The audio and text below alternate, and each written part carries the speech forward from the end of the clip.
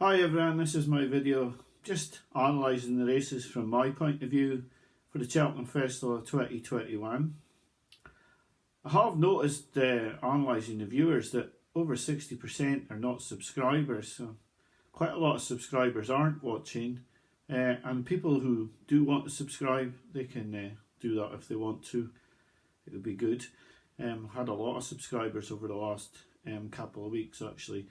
So yeah, my view of the Cheltenham Festival, now it is just my view and obviously I can only put up what I think of the races. I felt the first two races were won by very, very good horses, beating poor opposition in truth, probably not grade 1 opposition, but still very good winners. Appreciate it, won the Supreme in awesome fashion, but apart from Blue Lord, the rest of the horses did look grade 2 horses. Ballyadam just simply doesn't jump well enough for a grade 1 horse. And in the Arkle, it was a very substandard race behind the winner, I thought, with Eldorado Allen getting second because the third and fourth horses cut each other's throats trying to win a pace battle. So yeah, Welsh Iskin, and I appreciate it, are good winners. I wouldn't say the form in behind would be up to much.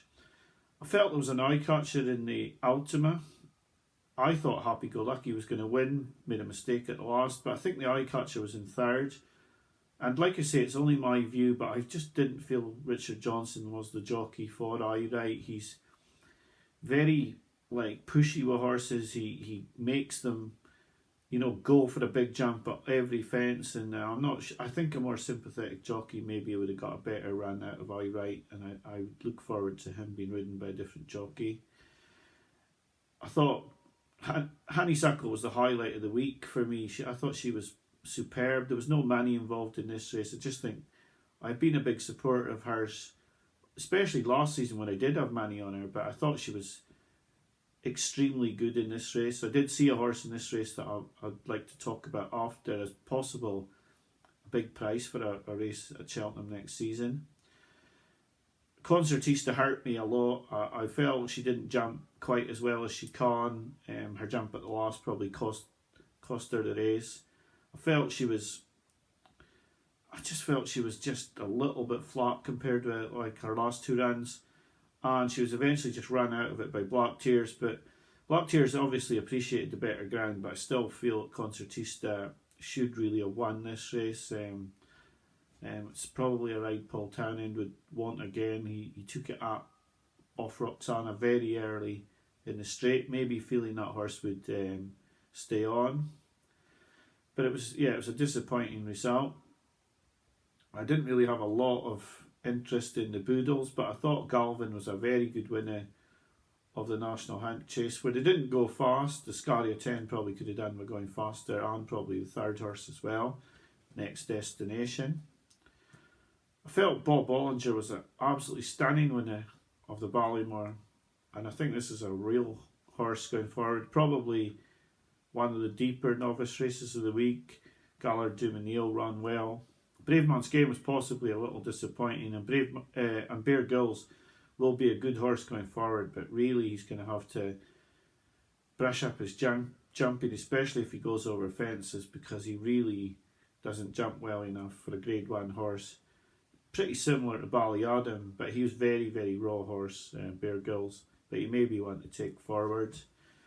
I thought Monkfish was adequate without being brilliant.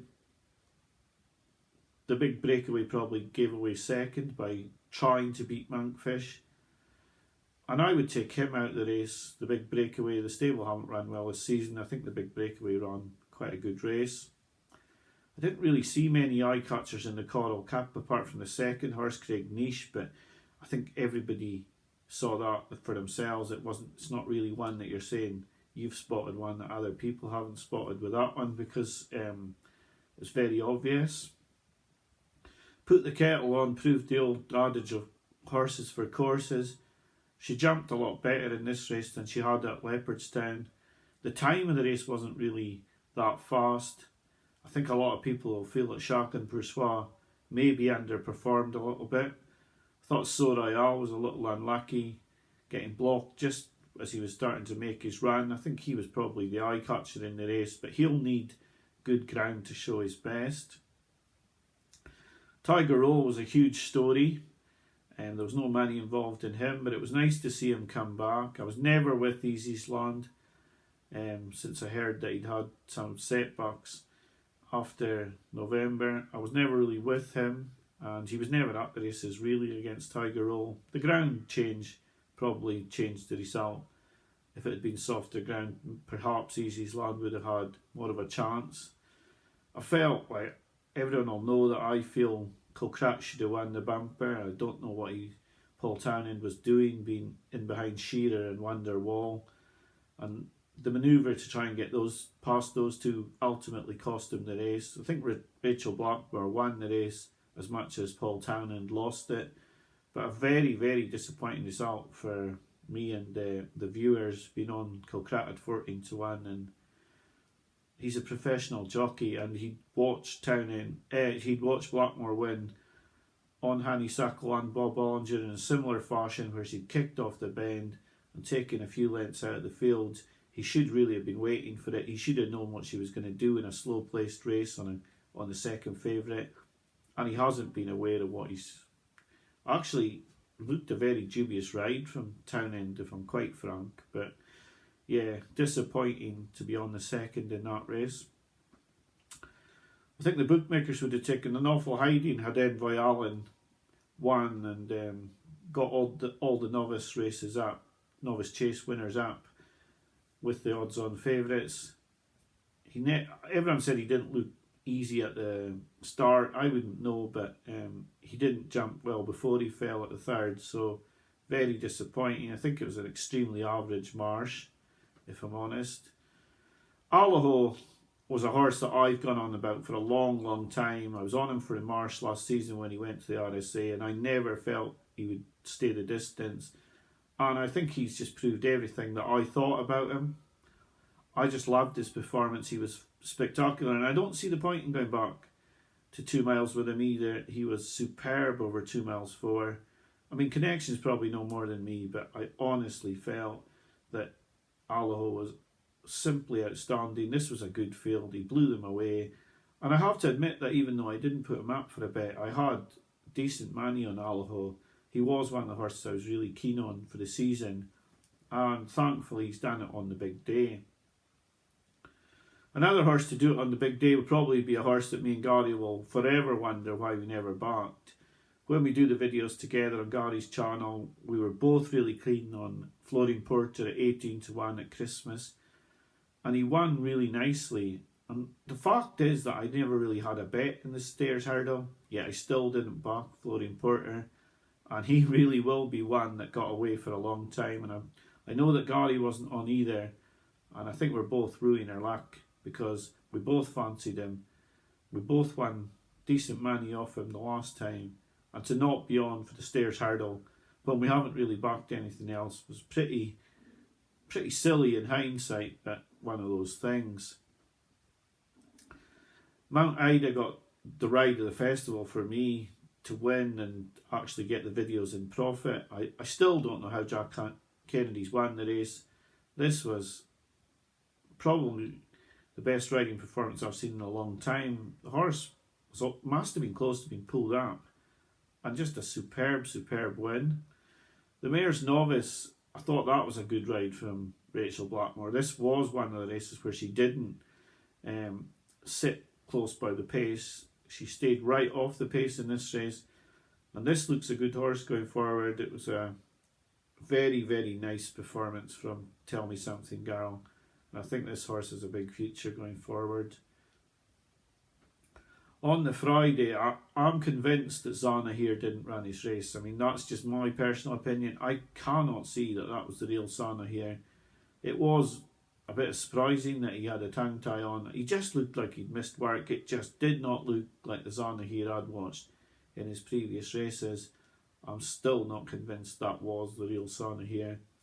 Colixolos won. I don't think it was a great race.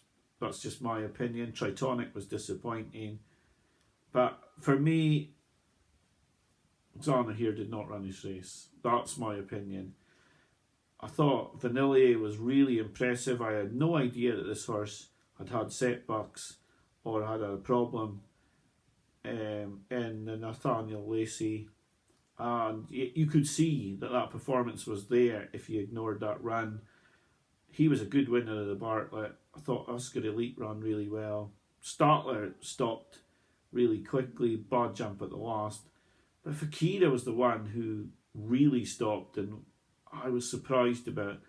I thought he would have run on it the second, and he's just absolutely flattened out. I was quite shocked at his run, if I'm truthful. I'm sure Rachel Blackmore's still having nightmares about choosing a Plutard over Manila Indo. And I suppose he's another one for me, betting wise, that got away a little bit. I had a couple of small bets on him early season. I went right off him after he fell. And I was disappointed with his run back after the fall, where they just he seemed very deliberate, but maybe it was the jockey as well. Maybe Blackmore was just trying to make sure he got round. And that put me off Manila Indo. I really quite liked him for the Gold Cup at the start of the season. And I suppose in hindsight I should really been on, especially at 9-1 each way. It was a good bet. I wasn't on him, and that's slightly disappointing in truth. I felt Mark Walsh was very poor on Ellie May, if I'm honest. I can only give you my opinion. I really don't understand, if you've got a leader jumping out to the right, why you would sit on its right side and let it have a barrier to jump against. You're inconveniencing your own horse. And he did it for over a circuit, and he's got beaten by the horse. I just feel if he'd let Kohlrevi jump out to the right, that his horse would have had enough to go past it up the run in. But by allowing it to jump into him, I just didn't get this ride. I mean, people will say I'm a jockey basher, but I thought this ride from Mark Walsh was possibly the worst of the festival. And that's saying something, considering that I felt Townend was horrific on Kilcrat. But I really did feel that this was a poor ride from Mark Walsh, and I see people not saying much about this, but for me, if I'm going to make videos and I'm going to talk about the races and I'm going to put my view up, then I have to put what I really feel up. And if I know that Mark Davis didn't like my talking about Mouse Morris, and well, we'll see how he does with the horse. I mean, it is a fantastic horse that he's got, but I am going to call out the top jockeys when they make huge blunders as far as I'm concerned. I felt Ellie May should have won the Mare's Chase, and I really don't get this idea of sitting on the right side of Kohlrevi while the horse was jumping to the right. The one horse that I'm taking forward out of the festival, it's a horse that I was sort of interested in before it ran. I thought it didn't really jump that brilliant over hurdles in the Champion Hurdle, but for me, I think Aspire Tower at 33-1 for the Arkle, in the yard of Henry de Bromhead, who always seems to have an Arkle horse. I don't see Bob Bollinger going for the Arkle. I think he'll be a Marsh or a Brown Advisory Novice Chase horse. I think the fourth horse in the Champion Hurdle as a 5-year-old, I think that's a really good run. It was a good Champion Hurdle. He was conceding £7 to Epitant and to Honeysuckle. So I feel this was a really good run by Aspire Tower. I think the horse will go over fences. If he respects his fences a bit more than he has his hurdles, I think that he is a very decent long-range Arkle horse, especially if de Bromhead has him jumping well. Hopefully he'd have Rachel Blackmore on board. And for me, I think Aspire Tower could be an Arkle hopeful going forward. I realise we may have to race against Appreciate It, and there will be others as well. I just feel 33-1's a price that you can work with, and I think he's a horse who will go over fences next season. So that's my view and quick analysis of the Cheltenham Festival. I'm sure that people will disagree with some of the views that I've put up, but they are my views. And like I say, if you do like my videos, then feel free to subscribe, but no pressure either. Thanks for watching the video today. There will be videos for Aintree and Punchestown, hopefully with Gary, but who knows, maybe on my own. So thanks for watching. Have a good 2 weeks until Aintree comes round. Thanks for watching, and bye for now.